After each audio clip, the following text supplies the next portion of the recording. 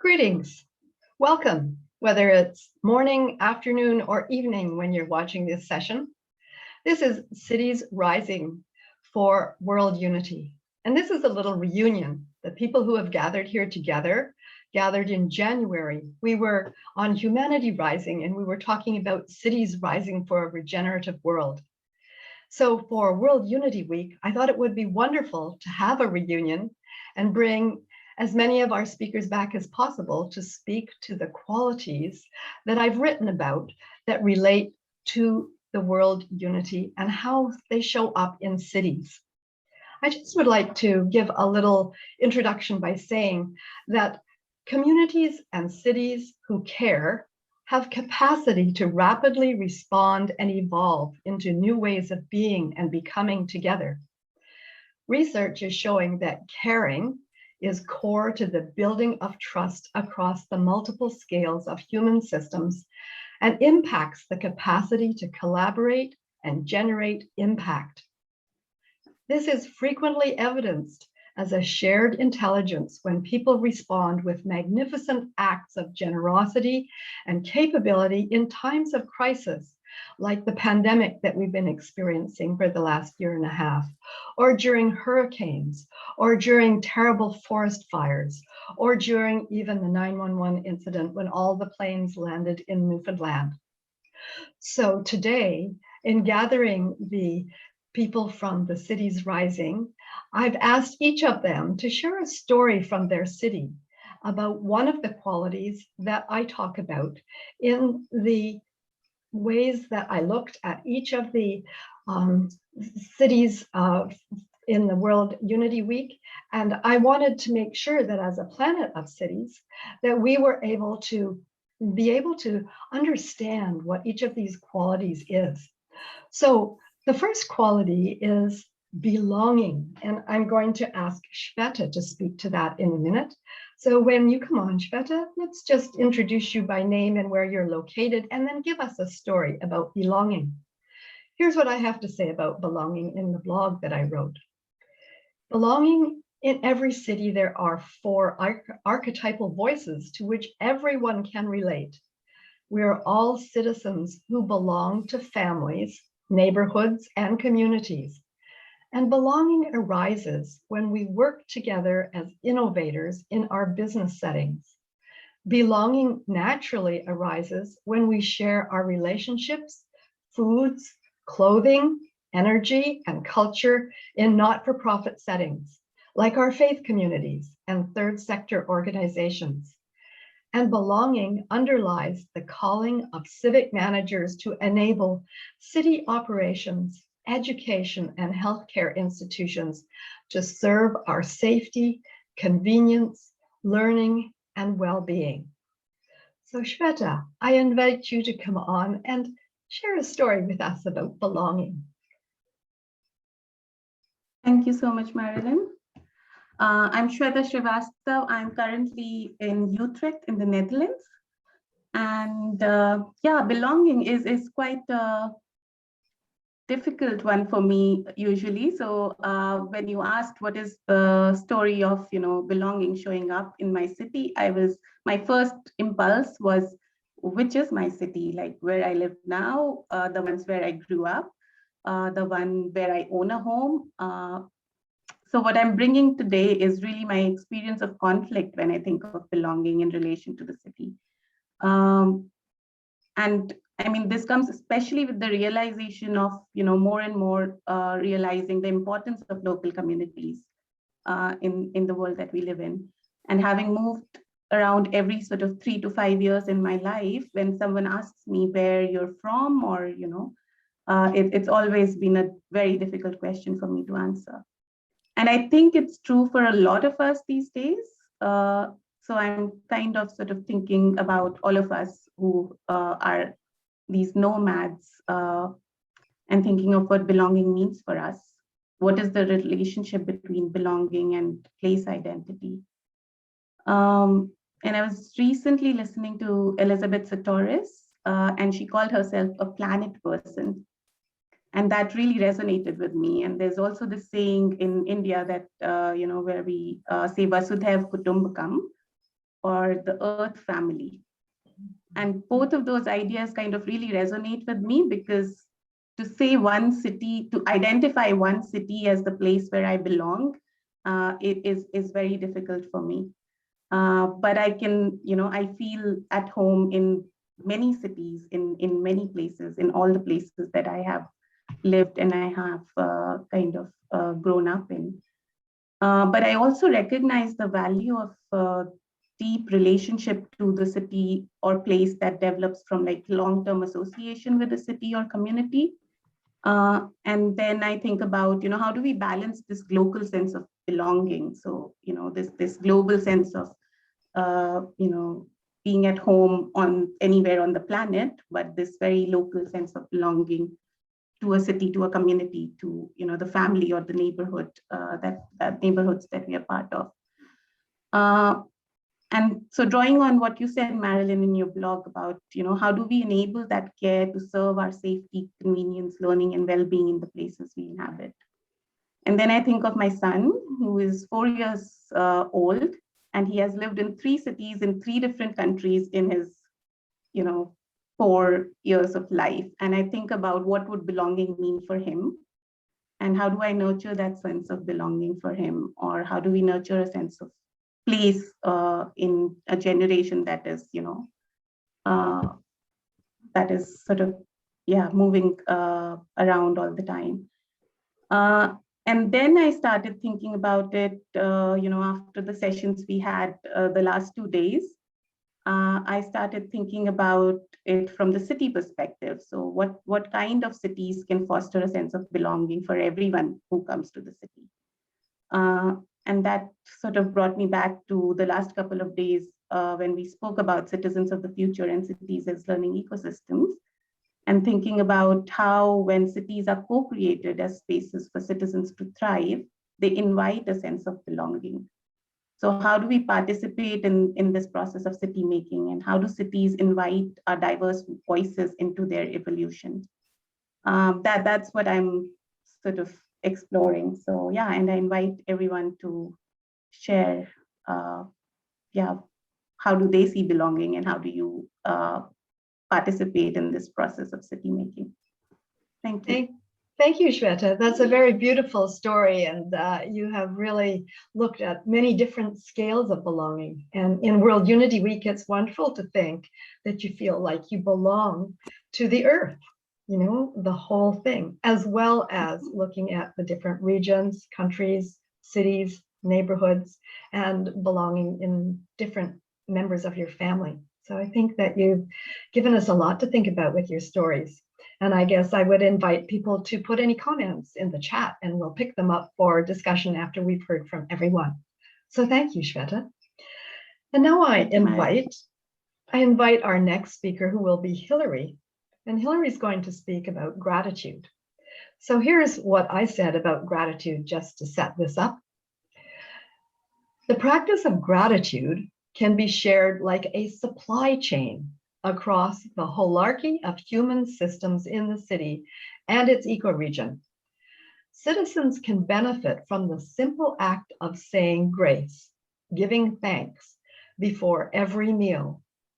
We can visualize the whole span of human systems that brought food from farm gate to our food plate, from the cooks in the family to the distributors, packagers, neighborhood retailers, health inspectors, transporters, and farmers.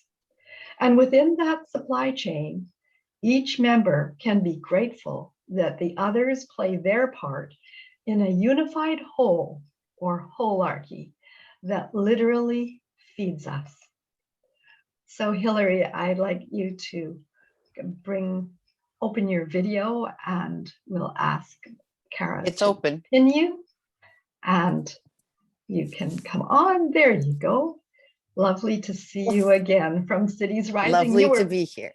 You were the part of the chat action group. So I know you have lots to be grateful for, and you have a beautiful, beautiful butterfly behind you. So Hillary, what have you got to say in a story about gratitude? Well, I struggle with the word gratitude because I think it's been overused. And I think it's a word that carries so many, it's been used time and time and time again. Oh, you should be grateful. We need gratitude. And you can't mandate gratitude. It's something that has to, it's a wellspring that lives inside us. And so when I hear the word, I cringe. I literally cringe.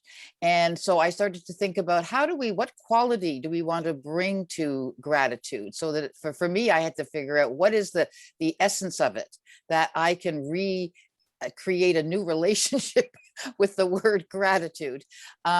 Because I'm just finding it used all the time and not necessarily as a it's just, we should be grateful. It's just a statement. It's like sustainability, we have to be sustainable. Well, that's another whole other story. So I started to look at how could I cherish where I am. And cherish is an interesting word because it means to protect and care for something lovingly. It means to hold something dear, and it means to keep a hope or ambition in one's mind. So it's that lovely feeling of cherishment and cherish. And how I see it playing out right now is, and along the lines of how you beautifully describe gratitude, I think that's a wonderful way of describing it. I started thinking about a project that I've been working on for over the last year, which is a waste management strategy, and for a county. And over the last year, we have taken great strides in terms of exploring how do we move from waste to well-being. And how do we even start to move into, so that waste is not, we don't even talk about zero waste, it's just a non-entity. And of course, that comes with regenerative.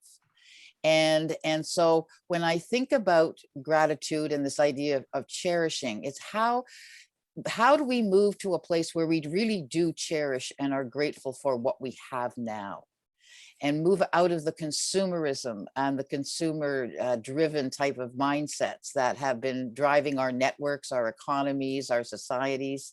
And how do we move into that beautiful place of honoring that each community has richness and beauty and amazing different cultures and histories, that the network of those provide a beautiful interconnection of things to be genuinely grateful for. So that's the journey we're on, and it's a tough one. It's a really tough one because it's really hard to help people move from seeing things as waste is something that you throw out, to the fact that waste is an indicator of what you really care for and what you really cherish. So I think that we're on, this is an amazing journey. And I think that, like many of these journeys, it will take citizens mobilizing projects that represent this form of gratitude of the larger system, their cherishing of where they live and how they live, and Mother Earth, and living in harmony with that, and the well-being of all. And I think it will be that rising of the citizens and showcasing regenerative tourism and regenerative agriculture and regenerative entrepreneurism. And those will start to show us what we really, truly can be grateful for. Thank you, Hillary. That's a beautiful story. And I didn't hear from you where you're located, so our audience I'm would like located in a town called Newmarket, which is just north of Toronto in Canada. Okay, thank you, Hillary. And you're living very close to a city that has many different cultures in it. So the points that you're making about even what we consider as waste, how we would treat it, and being grateful or cherishing. I just love how you've taken the connection of gratitude to yourself and cherished it. It makes it really come alive. Thank you so much, Hillary. And I can't help but also say I grew up in Montreal, which is probably one of the most amazing cosmopolitan cities, and is doing some amazing work in this area. Yes, thank you, and we can be grateful for that. We can. Along that supply chain, that's one of the things I think that's really interesting, is we can look not only at our immediate life, but that which we're embedded in and connected to, and find gratitude for abundance everywhere, for the aliveness that brings us alive, and that I think is so relevant to this World Unity reflection this week. So thank you, Hilary. And now I would like to invite Ranjani. And Ranjani is going to speak of compassion. And I'd just like to give us the lead in around the compassion. So the quality of compassion in the city, when we look around us and see those who don't belong, or those who have so few resources that they have narrow options, we can be moved to compassion. We may be moved as we practice the Master Code of Care to reach out from caring for ourselves to care for others by sharing resources across all generations, accepting people for who and what they are, for being grateful, for cherishing that life supports us in whatever way we have to share. As we care for ourselves and one another, then we can care for our places. That might be as simple as cleaning trash from the street, or planting vegetables in our front garden, or watering a tree in the park. When we care for self, others, and places, then we are effectively caring for our planet, and thereby completing the cycle of the Master Code of Care.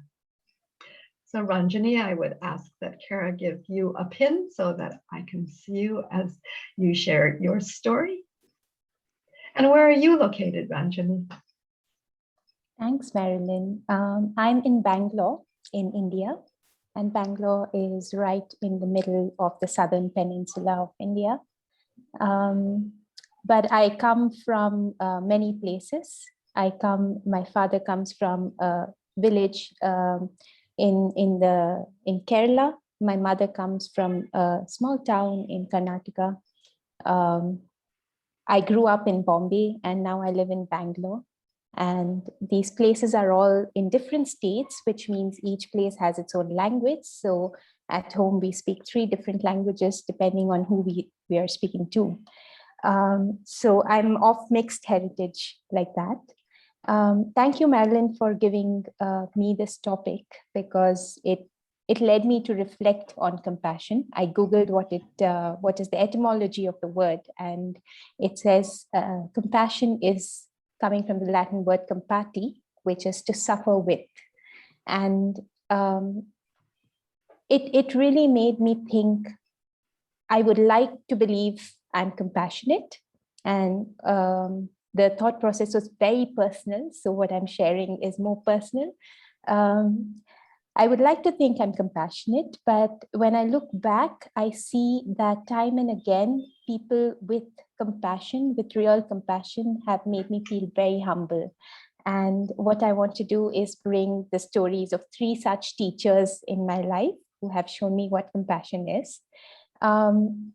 Back in 2011, I was working as a conservation architect in Ladakh, in a very low income neighborhood, very old houses. So I was documenting an old house to be restored. It was empty, completely broken, and it's a long job. I'm measuring the house, it was hot, and it's a very low income neighborhood. And, I'm feeling sorry for the people, saying, oh, how poor. And the lady who lived next door, who has nothing to do with this house, saw me doing this and came out and asked me, hey, what are you doing? I said, we're going to restore this, and this is what I'm doing. She said, fine, went away. Half an hour later, she came with a big flask of tea for me. And she kept coming throughout the day with food. And she said, oh, I felt so sorry for you because you're working here in this hot sun. And I felt so humbled then, because I had this, I'd come with this purpose of helping somebody, and here I was being helped, and it was beautiful. And I looked up to her at that moment so much, because she had very little and she was giving me so much. That was my one teacher that I will not forget. In 2018, there were devastating floods in Kerala, and that's when we went 1 month after floods had displaced many, many people. We went in as a research team. I went with 8 students and another facilitator, and we were looking at this village which was submerged in water for 21 days, and the houses were completely crumbled. And we saw a family They lived in the relief camp, and every day they would come to try and salvage something from their house. And we met this family and we asked them if they could share their experiences, because we were students and we were researching it. And here we are sitting in the shell of their house, their broken house. It has no roof. The walls are gone. There was a man, he was disabled, his mother and his wife. And these were the people. They spent 2 hours telling us their story. They welcomed us. They made us sit in their living room, or what was left of it. And they told us the story, and his mother was scrambling around, and she came and offered me a bottle of water. And I didn't think about it. I took the bottle, and then I realized, because it was written on it, that this was the relief supplies that they were getting, the rations. And I asked her, hey, don't you need this? She said, yeah, but you've come home and I have nothing to offer. And this was another example of extreme compassion and love. And that man spending 2 hours of his day saying, hey, I hope this story reaches other people. We are still getting help, but there are villages down this road that's not getting help. So can you also write about them? This is something that humbled me greatly. And the third teacher I want to share is my grandmother, because these 2 cases I'm talking about, the first one was compassion in everyday life. And the second one, like Marilyn mentioned in the beginning, is compassion in a time of need, in time of disaster. And the third one about my grandmother, I just want to share one practice that she would do every single day. In South India, we have something called kolam. It's this beautiful geometric design. I'm just going to share. Marilyn, I would like to share a picture if, or maybe later. I think you can do that. I think Kara, I'll let you share a screen. I think. Now you can. Oh, great! Now I can. Okay. Let me just. It's a beautiful design that women make outside their homes. And it's made of rice flour. Just going to share an example. This is from the internet, but this is what it looks like. Every morning, my grandmother would go outside on the road, clean it with water, the place, and do these beautiful geometric designs. Women excel at doing this in South India. So they make this with rice flour every morning, and the next morning they wash it off. And this practice, my grandmother told me, is one of compassion, because rice flour is what feeds the ants. So this is food for the ants and the insects and the little things that live around us. They can come and eat it. It's something of beauty that somebody puts outside their home every day. And it's a practice for women to get in touch with their own artistic self. And I think this one practice has so much compassion in it. Just these stories that I wanted to share. Thank you, Marilyn. Thank you so much, Ranjani. And I'll ask you to, yes, thank you, give us back the screen. Those are beautiful stories. And they give us, again, so many nuances of compassion. And I love the idea of being compassionate to other species, and in this case, the ants. And I think, I think about cities as human hives. So I'm always watching the bees. And so ants themselves have quite a colony, and maybe they have their own ways of practicing compassion amongst their species. But I love the idea of having compassion being demonstrated, not just between people, but between people and other species. So thank you. Thank you, Ranjani. And now I would like to invite our next speaker, who is Yene. And Yene is going to give us a story of love. And I'd like to set that up by reading what I said about love. When we build on the capacities of belonging and gratitude and compassion, what we've just heard from, it is natural for us to notice the emergence of love as an expression of the divine through us as individuals and collectives. Love can be as fundamental as the bonds between mother and child, or between marriage partners, or honoring our ancestors, or creating a legacy for future generations. Love is the transcultural expression of spirituality that all faiths share and all human societies long for. So Yene, I would invite you to come on, and we'll ask you to be pinned. Thank you. And Yene, where are you calling in from today, and where do you usually live? Hello, Marilyn, and hello, everybody. How's the sound? Can you hear me okay? My internet is a little bit unstable. No, we can hear you fine. Very good. So today I'm calling in from Frankfurt area, sometime not too far from Frankfurt, about an hour out of Frankfurt. But I normally live in Lusaka in Zambia. And like Rajani so beautifully said, I come also from many places, like many of us. I'm Ethiopian by birth, and I had the chance to live pretty much everywhere. And my identity is linked, I guess, to the places where I've lived and the friends and the community that I have. So like Shweta said, I feel more of a human than actually putting a label of a country or a region, like an Earthian. Yeah, thank you for creating this opportunity for us, Marilyn, to come together again and share our stories on these beautiful themes that you have. I must say, I was a bit wondering, what do I say about love in 5 minutes or less? It's such a big topic. And then I tried to link it to, okay, what can I say about that regarding to where I'm living or where I'm spending most of my time, which is in Africa. And what dawned on me is that, love is inclusive. It's always inclusive.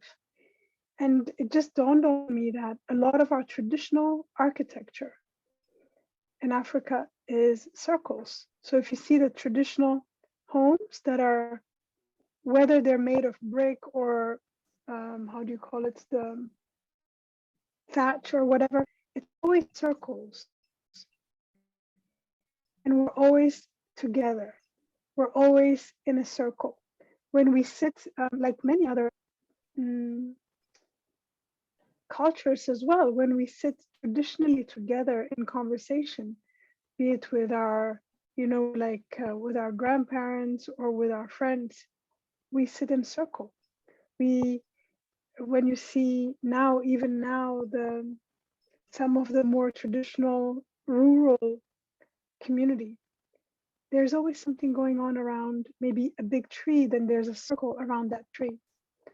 We call it here in the modern world maybe an open space meeting, but this is where community gathers. This is where we have, even when we have a reconciliation conversation or when there's conflict, we sit in circle. And that for me is the fundamental of the love that we have for one another. And maybe that we don't always express explicitly, but it's there. It's implicitly there. We all know it's there. That's why even though it's not written, even though it's not in the media, you might not see it, but somehow what I've experienced is that there's this inherent deep care for one another. There's this inherent deep humility with one another. So even if it's somebody that is hierarchically or societally at a higher level, they still have that respect and that humility towards maybe someone that is not at the same level. And that has to do with the reverence that we all have to give to the divine, that we have love among ourselves and each other, while at the same time we give reverence to the divine and we remain inclusive and together in the circle of life. So I thought I'd share that with you today. Thank you. Thank you. That's beautiful, Yene. I love that you brought in the circular architecture, sitting in circle, the different ways that we do love one another, and that those expressions of what I think is common to all spiritual practices actually create forms that are inclusive and hold us together. And I love that image to remind us that in cities, Sometimes we forget what our traditional places can remind us of. And I think the places in cities that really do express love somehow have created a way of holding us together, of embracing us. So thank you for those stories. Thank you, Yene. Thank you. And our next quality is actually the quality of joy. And I had invited Lev Gordon from Russia to speak to this. And Lev is not here that I can see in our audience at this point. So I'm going to read the expression of joy that I wrote, and then I think I'll tell a little story about Lev himself.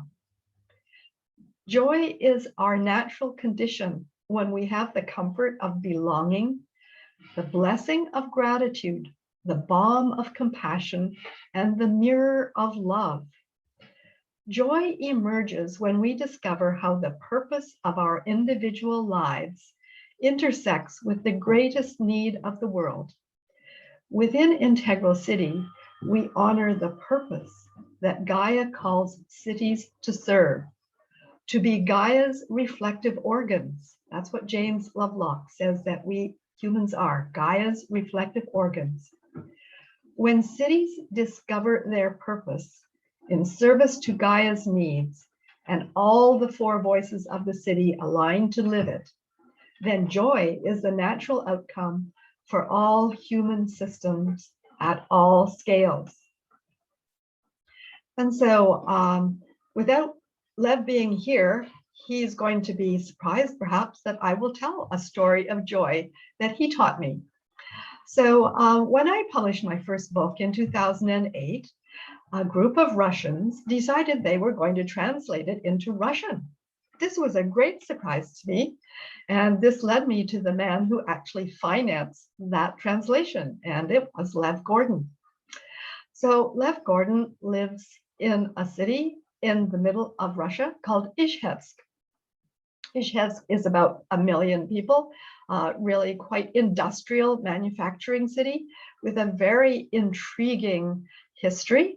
I can't give you all of the details of it today, but Lev introduced me to the city after a 17-hour train ride from Moscow across Russia at about this time of the year, so I could see daylight pretty well 24/7. And when I arrived in Izhevsk, there around the city were banners everywhere announcing what they call living cities. In Russia, they don't use the term integral city. Instead, they use living cities. And what Lev had done is created the first urban fest, the first gathering of many cities in Russia. He did this in about the space of 2 months, just after he invited me to come and speak, have a book launch, and then travel from Moscow to Izhevsk. And what he created was an invitation that brought together 44 cities from across Russia, from Vladivostok all the way over to St. Petersburg. So that's from all the way from the east to the west, and also north to south. So there were cities that came from Siberia and also right down to the Crimea. And I had the opportunity to see Lev move from a place where he had been previously in banking in other parts of the world, teaching leaders, and then moved back to Izhevsk and took over as president of a private university that his father had created, and into asking, well, what can we do for the city? And prior to this fantastic Urban Fest 2014, the first one, he had gathered together and invited from around the city, and this would be in the middle of the winter, from about December through to January, an invitation to all of the groups in the city who were supporting the building of capacity, who were really expressing joy. So these were groups who were doing yoga and meditation and weaving and cooking and childcare. And he gathered over 200 of them together to come and just show what they were doing, and discover who else was here in the city. So what I discovered when I met Lev Gordon was that he was a person, I think, who is energized by joy, that because of that, he is an attractive force. He managed to get me to come all the way from Canada, very skeptically wondering what was I getting into. And the moment I landed there, I knew I was in the right place. And then when I met 44 different teams of people from across Russia, each of whom was very joyful and proud about their own city, I knew that I had found somebody who knew how to notice where the energy was and to call it forth, and to be so attractive that all the rest of the cities in Russia wanted to come and connect. Since then, Lev has gone on to create, I think this year is the 8th Urban Fest.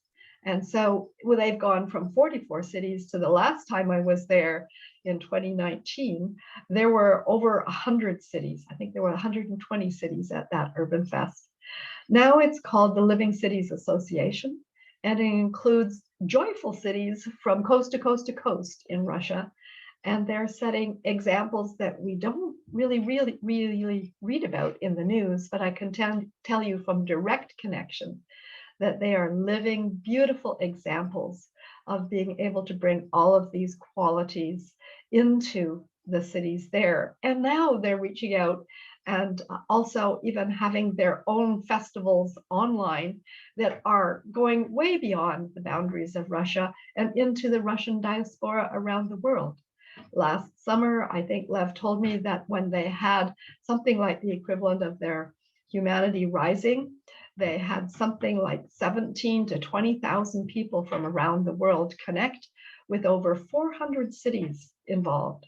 So I was so impressed that this is what is possible when you come from joy, when you honor the purpose that you're called to and serve the world's greatest need. So that's my story of Lev and my story of joy on his behalf. So now I would like to invite our next reflective practitioner, and that is Katerina. And I've asked Katerina to speak about hope. And I'd just like to give you the prelude and tell you what I wrote about hope before we hear from you, Katerina. When we are energized by love and joy, then integral cities will emanate hope for all voices, generations, and futures. Hope can build on the qualities of fractalness, where the capacities of high-performance individuals and teams can become patterns that mirror possibilities at community and whole city scales. Hope is contagious, like love, and can create the conditions for islands of calm, where each of us can find an island of calm in ourselves and thereby infect others with calm and the conditions of hope.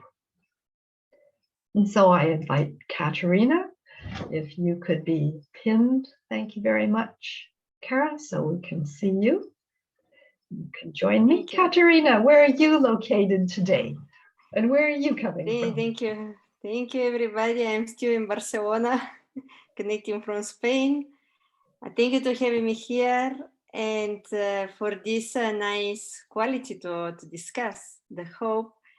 I think it's something that it's much needed in everybody. It's used to think about in a struggling, in a disaster situation like COVID, and when you are in a stress situation that you need the hope. And to me, it's much more needed in a peaceful time, when everything is going well, when all your life is resolved, all your needs are covered, where you're secure. Then we need as a society to build the hope, to work over the hope. And this is what I have been doing in the last 5 years, trying to build in my local communities, these public discussions that I reframe the work, not hope, but legacy. That we go outside of our comfort zone, that we have our lives resolved. We don't have wars here in Spain. We don't have farm. We don't have any major disasters in general, because there is no earthquakes, there is no volcans, there is no hurricanes. Mediterranean Sea, it's so nice sea, it's warm sea. And when you live in the paradise, you need still to have and build the hope, because if not, you will lose the paradise. I really believe that people build progress, invented, innovate, and go when they have need. And when you end up, when you accomplish everything that you can be thinking that you need it in your life, there is a position that it's very close to lose your star, to lose your direction. And this is where we need to build this hope and to work over this, that I call legacy, to think that something will come after me. And this is the beauty of the life, that we are here for a short time frame, but after us, the world stay and our work stay.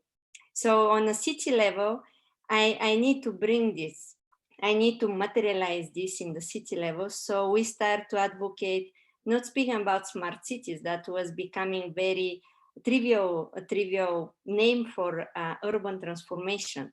It's urban transformation, it's a process, it's the life of a city. The cities grow, mature, change every day with each generation. And we say, maybe smart city, it's too narrow to speak about this urban transformation. We start to discuss about advanced cities. And we materialize this word of hope in advanced cities, be advanced, and connect these different tribes that we have high potential in talent, in ideas, to become more interrelated in these advancements of the city. To start to connect the children with their knowledge, they're born with specific knowledge as a new generation to the old generations, not to learn, not to show to the old generation what they are missing to learn, but to transform, to travel the information up and down between the ages. You don't need to be 90 years old and playing Minecraft. This never will happen. You don't need it. But the children, they need to know your story as a person. They need to know their origins. And to me, the hope is building in this transgenerational communication, these relationships. And this is where the hope is residing, never lasting. No?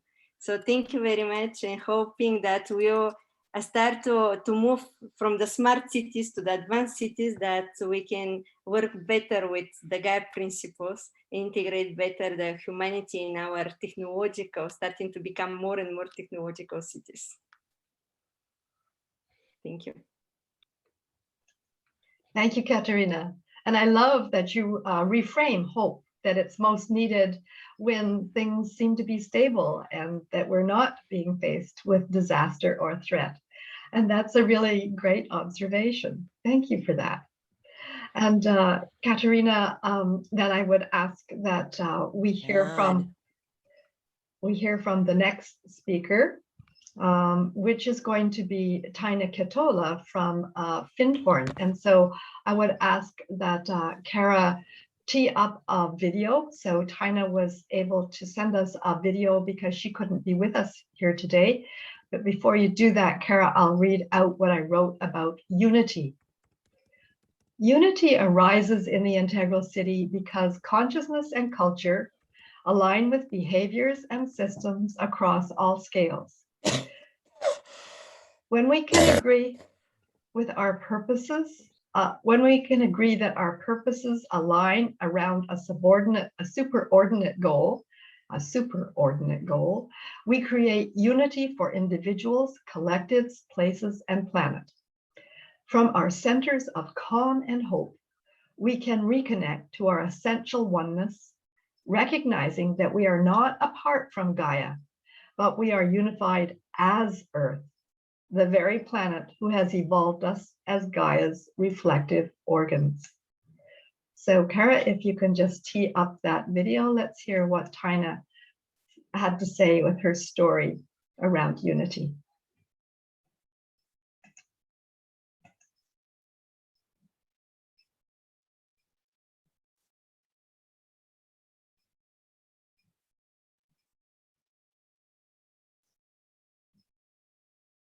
Hi World Unity Week and hi Rising Cities. My name is Taina Ketola and I come from Finland, Tampere. What unites us in my city at the moment? I think it is light, and it's nature and our planet that provides us a lot of light, no sunset, just light and warm feeling, and it's a midsummer time coming, and we all go close to nature, how everybody wants to do it. And I think that's at the same time it's a time for our city kind of exhale and breathe and be still and be ready for winter time when we come back from wherever we are, our summertime, and then on winter time when it's dark all day and all night, city provides us good shelter, good place for take care of each other, for raise our children, for work, and that kinds of things. I think that unites us at the moment in our city in Tampere. I want to celebrate with you our rising cities, and I hope that you have a nice session with all of these good themes and topics. But this was Unity, and this came from Tampere. Bye.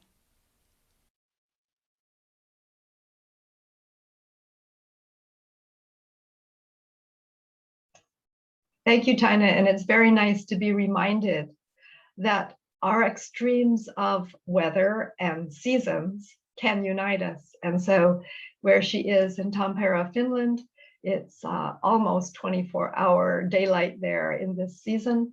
And then in the winter, it's almost always 24-hour nighttime for a couple of months. And in both cases, she speaks to the ways that the family and the community are brought together in unity. So that brings us now to our 8th quality, which is peace. And I've asked Anne-Marie Voorhoeve to speak to that quality, and she's very qualified to do that, as she has been co-facilitating not only World Unity Week, but last year did also World Unity and the Peace Conference. So she is the perfect person to complete this set of qualities. So Anne-Marie, let me just read what I had to say, and then let's hear your stories. Peace is the natural condition of an integral city. No matter how complex or chaotic our world might be, we can each find hope on our island of calm. Through deep inner listening, working as love in action, coherent with the intelligences of nature, we can invite as allies all the qualities of belonging, gratitude, compassion, love, joy, hope, and unity to co-create from our islands of calm a whole world of peace. So Anne-Marie, I know that in the Hague Center, you work for that. You aspire to it. I'd ask that you be pinned so that we can hear from you. And just first of all, tell us where you're located. Thank you, Marilyn. Thank you for this invitation. I am located in Vreeland, peace land. That's what it means, a small village. And when my parents moved here, and when we moved here when I was 15 in 1975, although I was aware of the name, I never really brought it to peace like I'm doing now, which has actually surprised me. But I did feel very much at home from the start. I also, like many of us here, traveled the world. I was born in Baghdad. I moved to Singapore, then to Malaya, countries that were in having civil wars. And when I was 8, the civil war broke out in Kuala Lumpur and in Malaysia, and it was a racial situation, a racial war. I can strongly still remember, and I think that's one of the moments that I really made this promise to myself, that this was all just a big mistake. Because in our household, I was of course, in an expat family, so in that sense, very privileged and protected, but we did go in curfew. And in our household, we had actually many of the races that were in Malaya and at that moment were fighting. Chinese, Malay, Indian. And in our household, they were part of my family system. My parents were away a lot, so they were very much taking care of me and my dear friends and their children too. And one of the children was gone, went missing. So in that sense, it came close by, thank goodness. My mother helped to find, in the end, that the child had been sitting under the table, hidden behind the cloth for 24 hours or more. But the boy was found. But I just thought, if people understand that we can all connect and we can come together, this would not be needed. And so I think if I look at one of the important threads in my life is about how can I understand people better? How can we understand people better? And that practice has been continued to go on. And I think that's also what we're doing here actually at World Unity Week, and why I'm so happy we are here. Because it is in that connection and in that exploration and in that practice, how to collaborate, that we can get to see parts of ourselves and each other, like the Master Code of Care invites us also into, that will help us to come into this sense of peace, I think. It has to do with respect and compassion and listening and kindness and gratitude and love and friendship and care, which is, for example, the 8 virtues that are taught by the Loving Classroom and that are brought to children in a very pragmatic, practical way. Because love, our hearts and the universe is full of love, but still, how to really manifest that in every moment, that is still a question. I feel very much at home here in Vreeland with the waters around me. It feels like there is always this global perspective that I hold, but in the smallest detail in the town, the little town of 1,800 people, that is also where I feel that there is a practice that I can be doing. And so we set up 5 years ago the Stars of Vreeland as part of our celebration of 750 years of city rights that we used to have. And that had to do with that there's a star in each and every one of us, because that was what has been what my parents also taught us. Find out what is it that your talents are that you want to manifest and bring into the world and offer that in service.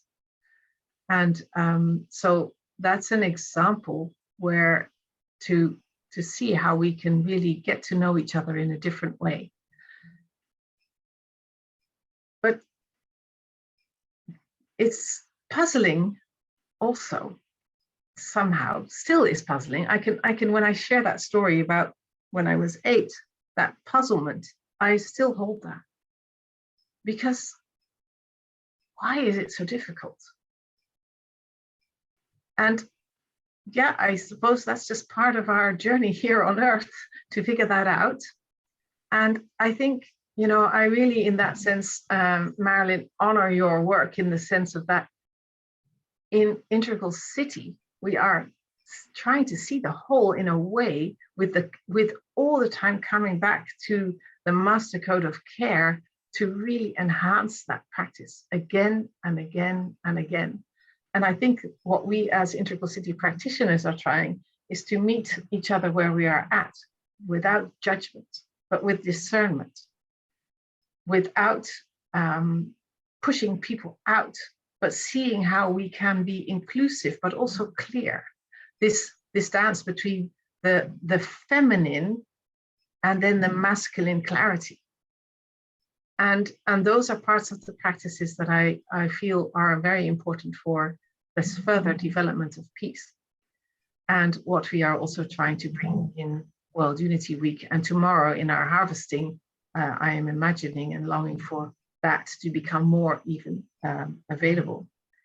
And yesterday, just to round off then, yesterday I had the honor, but also the kind of daunting task to lead a celebration and a constellation around the first step, as I said, for the unification, the reunification of all continents.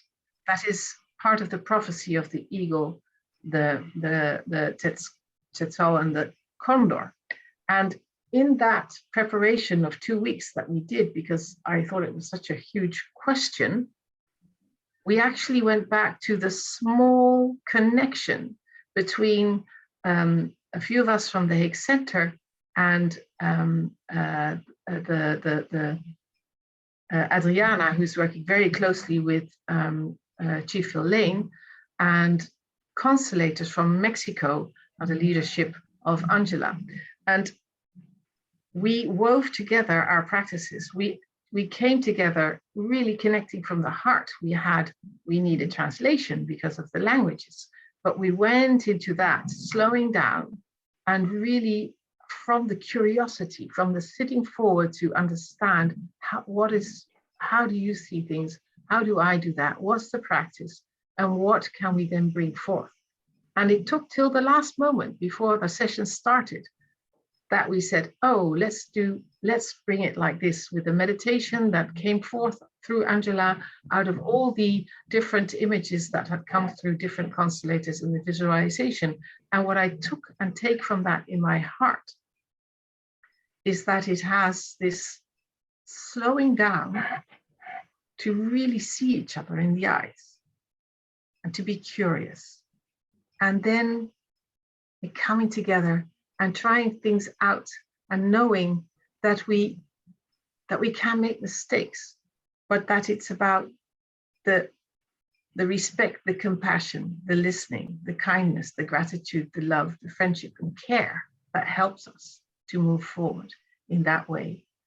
And this building this bridge and stepping into that bridge, there is a deeper, I think, connection required, because we have broken so much promises, and we do that every day with ourselves, with each other, in a larger scale.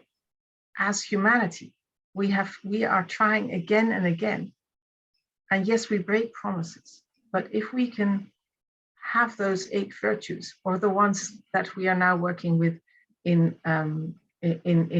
World Unity Week, that you've brought here into our midst as well, I think that could help us to come from a place deep down within us, which Hilary and Stan have also been working on with the peace group in Humanity Rising. This deep commitment to say, okay, I make mistakes, but I'll try again. I'll try again. And I'll try again. And connecting to nature and to all the world around us, and realizing that we are part of the cosmos. And like with Jude Caravan and the whole worldview community, this think cosmic, feel global, and act local. There is a twist in that. The thinking cosmic brings me in my head, yes, okay, but on such a scale that you come in that overview effect, that you can only not do anything else but see that we are part of Earth, that we're here, that we're in it. And the feeling opens the heart for that connection to all life forms.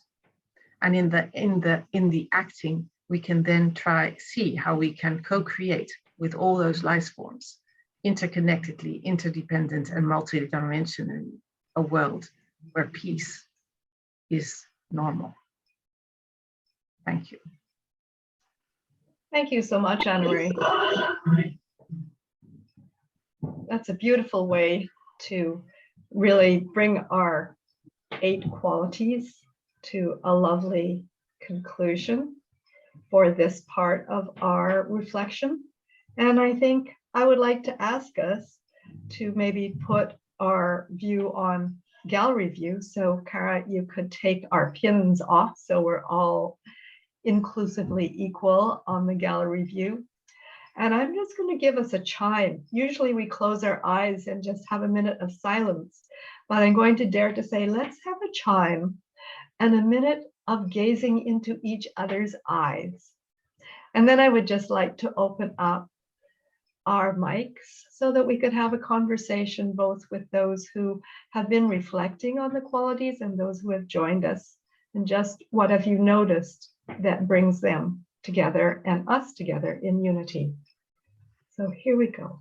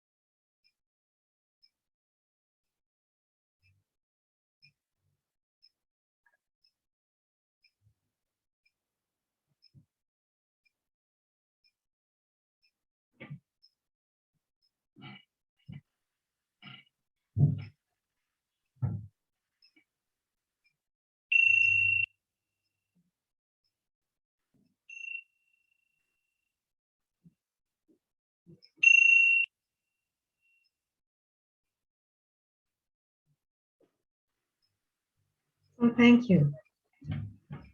Now I'd just like to ask for anyone to reflect on what have they heard as you've been listening to these 8 qualities that, as Anna Marie pointed out, they actually did come from Jude Currivan as an inspiration for World Unity Week this year. And I thought it would be a beautiful way for us to conclude on this penultimate day with Cities Rising, to just reflect on stories that have brought them into the cities, which we think of as the smallest habitats to the biggest megalopolis.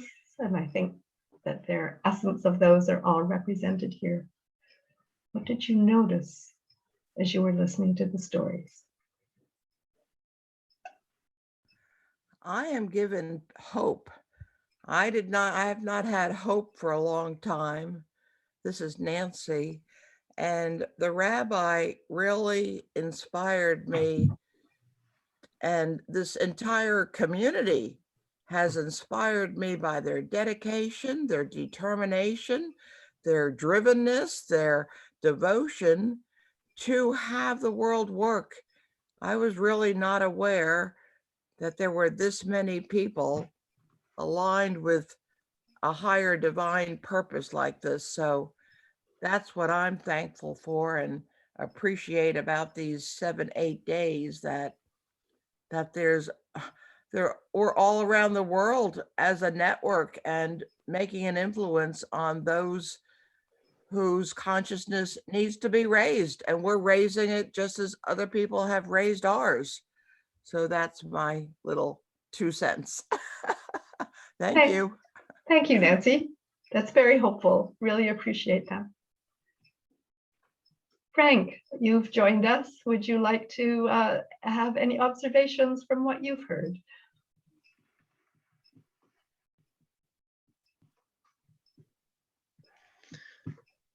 Thank you, Marilyn.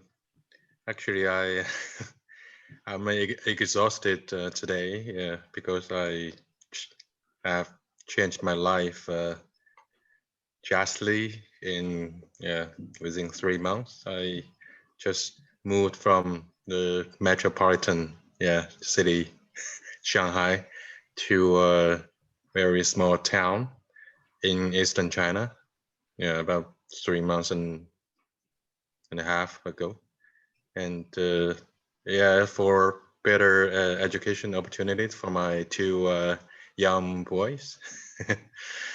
Actually, after about 1 month, I almost decided to live in this sort of compared to Shanghai, sort of remote and very quite original place to live here, to try to get immersed in the village, yeah, of my country, because I didn't had that experience for that, and also I was attracted by your great job for this integral city, especially the first site on the flower, the values flower. Oh yeah. Yeah. For me, it is looks magnificent. Yeah, very in detail and very specific. And I think in China, maybe spiral dynamics is still emerging or early for, yeah, you know, we are, yeah, here. Thank you, Frank. Thanks for joining us today. And you can see maybe behind me over my right ear, there's a picture of that flower, which goes back to 2002. Yeah. I think I did that values assessment. So thank you. And that opens up the theme of values. Anybody else like to comment on how you heard values coming up through our reflections today on the 8 qualities? Is it Dineke? Unmute yourself, go ahead. Hi, I'm Dineke. I live in Amsterdam in the Netherlands. And, I will come to the values in a minute. I'd just like to introduce a little bit. I've been living in different areas and all the aspects that are being mentioned are really part of my journey.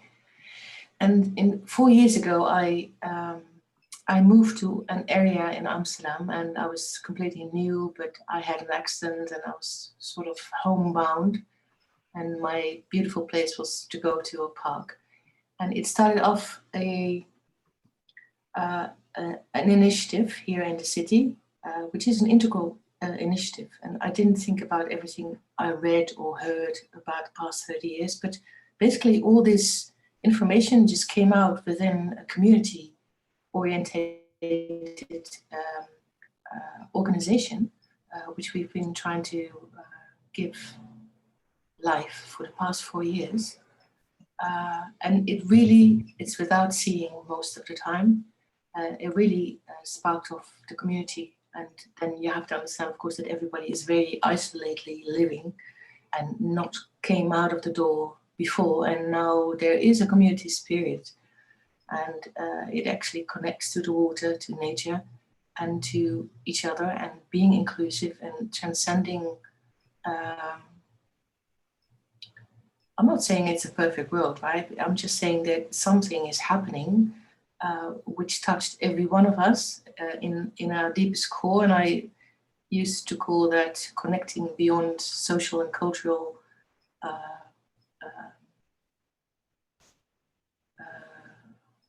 patterns. I don't know. Mm-hmm. And what I'm trying to just say that there's a lot of hope and there's a lot of joy in there, and it just really inspires people to go on their own journey, not necessarily stay within the neighborhood, but really go for what they want, moving out, going anywhere. So in this multidimensional area that we are sort of co-creating something that is basically new and invites the new human to be, including the schools and the children and every age. It transforms. So if you act locally, it transforms everybody, and it also transforms the community, but it also invites people to go, and it invites new people in. So this transforming community, city, integral life way of living is always on the move. And I like to bring that in as I really loved what Anne-Marie was saying about peace, that there is, of course, the peace place, but at the same time, everything starts and keeps on moving. And I feel sometimes, especially within the policy, because the City of Amsterdam wants a lot of things done, but they sort of like to put people into place. And that is where the higher levels of control are starting to act. As soon as you're being open and inquisitive and opening up, and this community sense starts to be, then there becomes the need to, and that it goes for a family the same way, you know, you need to protect, or you get identified and you get placed and judged upon, and this is without any racist element. I think this could be a very interesting point of where the integral city, or in this case, from the experience of an integral area, neighborhood, where we could move from there, because the interconnectedness with each other within this field is beautiful, and at the same time, it offers also some places of friction, which is a pattern that is within all of us and with every family and community. And I would really like to invite, you know, maybe next time to maybe give that a little bit of time to reflect upon, because there we can tell beautiful stories. That's what I'm trying to say. But at the same time, we are dealing with things that are human and normal and happen everywhere, wherever you live. And I would like to invite for some. Yes, thank you, Katerina. I hear in you an inquiry, a curiosity about maybe some self-organization, some creativity, some things that we can't control, and that. I'm sorry, Marilyn. I like to reframe. I like to make it very practical and alive. Practical and alive. Because sometimes we get into the bigger picture and to words that have no meaning anymore, but as you live them, they are very real. Yes. So that's where I like to make the connection from this table and where we are and the way we are and what we are doing in our lives. Thank you. And I see that Anna Marie has put in the chat, unity in action, peace in action, love in action. So I think that behind all of these actions, I would see practical and not, the stories bring it alive, and we also be able to put it in action. And I want to call on Hillary, whose hand has been up, and I haven't recognized it because it is all that color behind you. I didn't see you. So go ahead, Hillary. You have an observation, comment, inquiry. I do, and it sort of builds on what Dinika was saying and what I find with these qualities and these values is that when it's in their intersections and how they interact, I think that brings them alive in some new ways. And I think that when we isolate them, it's important to understand them for sure. But I believe we're being asked, because of the two things that are happening right now, there is deep trauma that is starting to unfreeze. And I call it the trauma thaw that is emerging now, that we have been frozen for over a year, and we freeze trauma. That's what happens to us, right? Our bodies freeze it, and as collectives, we've frozen it. And so now we're coming to thaw. And how do we thaw? And how do we thaw in a way that is moving in a direction that many of us have been talking about? At the same time, there's resistance that emerges that is very similar to what a wave is created by. Is there's an undertow in a wave that creates the momentum that allows for that wave to happen. So we're having these two things happening simultaneously: this resistance and this trauma thaw. And so I see these amazing opportunities, these amazing qualities. How do they are vibrations, they are energy. And how do they dance together in our actions that actually deal very practically with the trauma thaw, with using the resistance as a positive way, just like nature does. And look at how do we bring these alive in this form of integral city. So that was my observation. It's the dancing together that I think elevates what we know them to be now and allows them to evolve into where we want to go. Yeah, thanks, Hillary. And I was trying to do that when I was weaving all the qualities together I didn't stay with the prescribed order that I was given, but I was looking for the story that I could see. And I also wanted to sort of bring it back to the piece that we landed on last September, and I knew that we would go forward to from here, kind of springboard. So there's one last person I'd like to ask if he has any comments, because he was with us in Cities Rising in January. That's Stanley. And then I just invite everyone for a checkout after that. But Stanley, I'd like to just see if you have any observations or reflections about the reunion here. Well, this is very nice. And thank you for being here. I just happened to select this group out of the multiple things that are going on in World Unity Week. And then I got here and, oh, here's some friends of mine. So thank you for asking me to say something. And many of those of you who know me should know that my main theme is the idea of helpfulness. And I believe that through helpfulness, we can create a much improved, peaceful world where people are helpful to each other, and helpfulness brings people into focus. You help someone or they help you, and you'll remember it. And so all these other qualities are wonderful, but helpfulness is an action. It says, do something for someone. And in line with that, I have this set of 3 things that I think are important, and I try to talk about them when I can. I want to see, or I want to create a world where no one dies or is harmed or suffers from neglect or malice or judgment. 3 things that we should be paying attention to. We should be looking for those people who are neglected. We need to help them. They shouldn't feel neglected. They shouldn't be neglected, and they should certainly not die from neglect. And malice, of course, we hate. We have people all over the world shooting at each other and chasing each other around and trying to steal from each other, and that's malicious.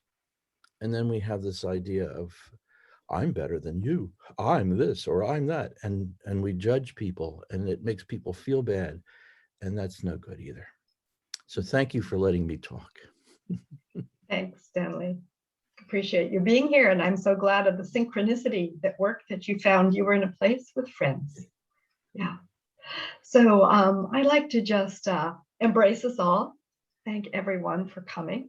I have a couple of mysteries to clear up. What happened to Katerina? She had a bad connection, and so she had to drop off. And I noticed in the chat, you were wondering at one point, what was that sound behind me when I was speaking?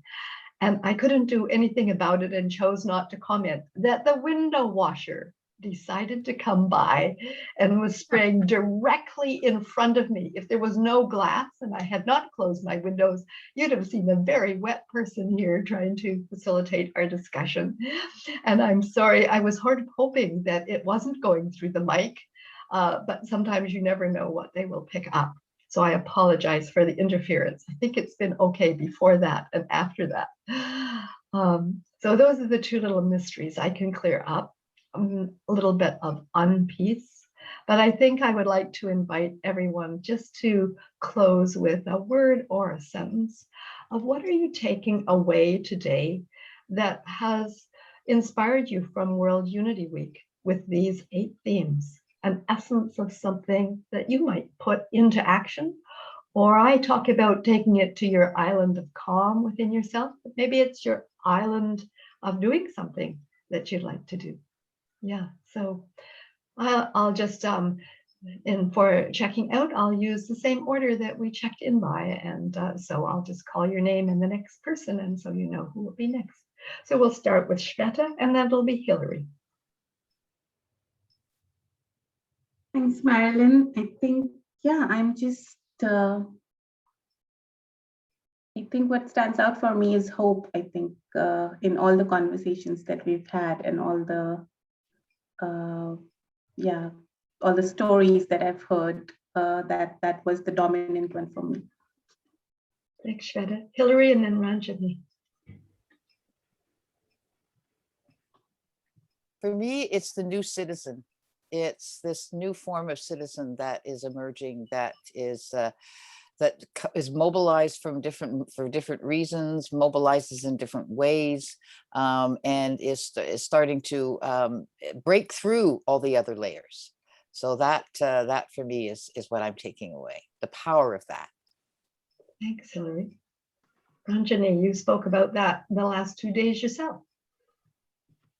Yes, we did, and it would have been great to have Hillary there, but maybe we can catch up later, Hillary. I think what I really took away from this was, apart from the fabulous people and the ideas that have been running around, it's striking me how much I have missed a listening space like this, where one is not trying to come and show off or impress or talk, but where one is there with the purpose of co-creating and listening to other people and doing that with kindness. I think that's what has really struck me about this whole engagement. We've had participants in our sessions, and I've been a participant in sessions where there's so much empathy and kindness and love. And I think that has really been food for my soul this week. It was a tough week. My dad went through surgery. With all of that, I'm just feeling the love. And I really want to thank all of you for that. Thank you so much, Ranjani. Thanks for being here. Yene and then Dinika. Thank you, Marilyn. Thank you, everybody. I felt, listening to everybody, I felt such a sense of peace, which I haven't felt in months. I've been in, just difficult space energetically. And I was just closing my eyes, listening to everybody, and I felt at home. And I just want to thank you for that. I really just felt such a sense of peace, and it's giving me hope for the future. Thank you. Thank you, Yene. Dinika and then Mark. Yeah, brightness. I see a lot of light coming through, and I see it in a lot of people and in a lot of patterns emerging and collaborations existing and co-creating and moving on. Yeah, very hopeful. Yeah, thank you. Thank you, Dinika. Mark and then Nancy. Yes, so I'm taking away a deep appreciation for each of you as individuals, your kindness and commitment to life. And two particular things, I'm taking away how Anne-Marie integrated every life experience from 60 years into a life in action based on such a deep love, and your constant inquiry into your own growth to serve the world. And I'm taking away from Yene, the encounter with the Eritrean people was a major experience in my life, the love. And they always said, we really are the same as the Ethiopians. And I could experience in my body, as you spoke about the circle in Ethiopia, the architecture in Ethiopia of circles, but above all, your expression of the love between the people that you experience all the time. And two things that came up for me was, one, yes, I know that. I saw that among the Eritreans, and it was life-changing for me, the love that I experienced from Eritrean people, both in Eritrea and in Germany. And then second, I don't have that experience in the United States of the interactions. That's just a noticing, a missing. Of course, it's up to me to create it and generate. And here I have chosen to live here and not move to Eritrea. But so I'm just taking away appreciation. Thank you, Mark. Nancy and then Frank.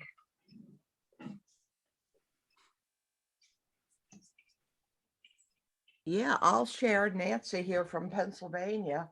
I was at the opening ceremonies last Sunday with the Mohawks and the Ramapo Indian tribe still up there in northern New Jersey. And they educated us that the Mohawks took the side of the British during the Revolutionary War for our freedom from England, and the Ramapos and Lenni Lenapes took a stand for the colonists and George Washington.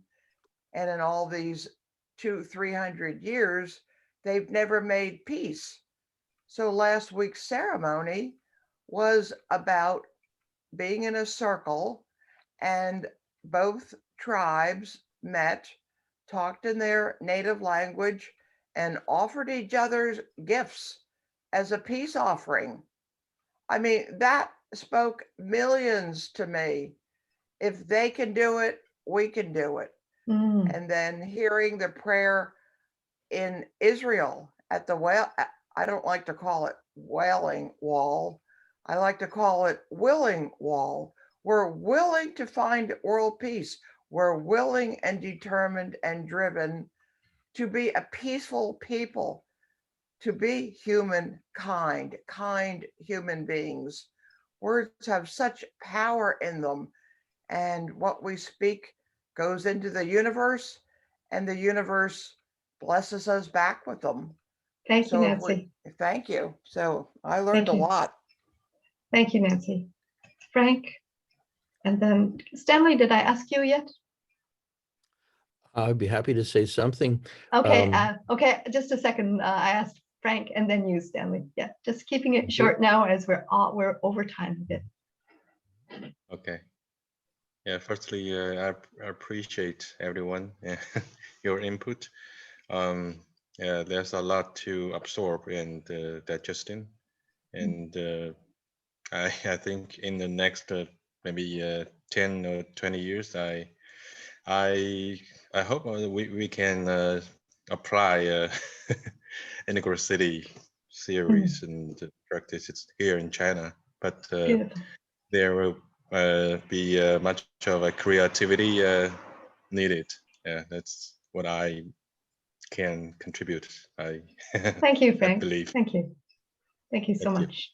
Thanks for being here.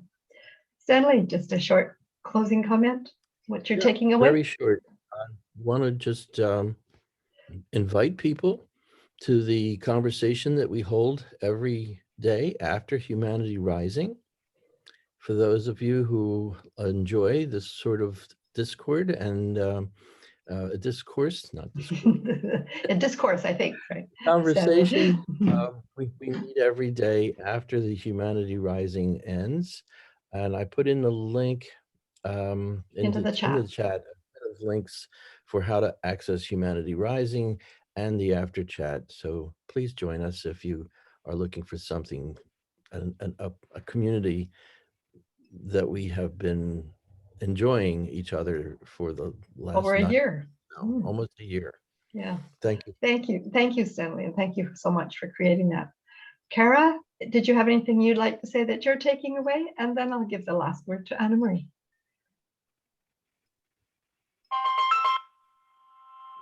I'll just pass. Thank you. Okay. Thank you, Kara, for looking after us. Yes. Anna Marie, what are you taking away? I think, well, I think hope and curiosity for the continuation. And today in the pulse, the overarching pulse, the theme is also hope in action. And as Jude has voiced it, the moment that hope came into being was the first moment of creation. And in our morning attunement that we do with the THC team, we were really inquiring into that creation. And I think, Marilyn, your capacity to create and to co-create loving spaces and places of calm is really so cherishing. And yeah, I thank you for that. And I also take that gratitude with me. Thank you, Anna Marie. And I'm taking away all of your energies and curiosities. Thank you so much for weaving together all of these beautiful themes.